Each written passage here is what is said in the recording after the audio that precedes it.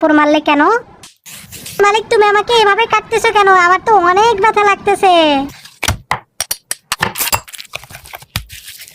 মালিক তুমি আমার কাটা শরীরে তেল লবণ মশলাগুলো এভাবে লাগাচ্ছ গো, আমার তো সারা শরীর জ্বালা করতেছে।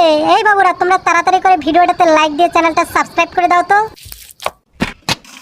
ও বাবা গো, মালিক তুমি আমাকে এর মধ্যে রাখলে কেন গো? আমার তো দম বন্ধ হয়ে আসতেছে, আমাকে বের করো প্লিজ। মালিক একটু আগেই তো তুমি আমার সারা গায়ে মশলা লাগাইলা, এসব আবার কিসের মধ্যে আমাকে রাখছো? কালারটা একদম রক্তের মতো লাল।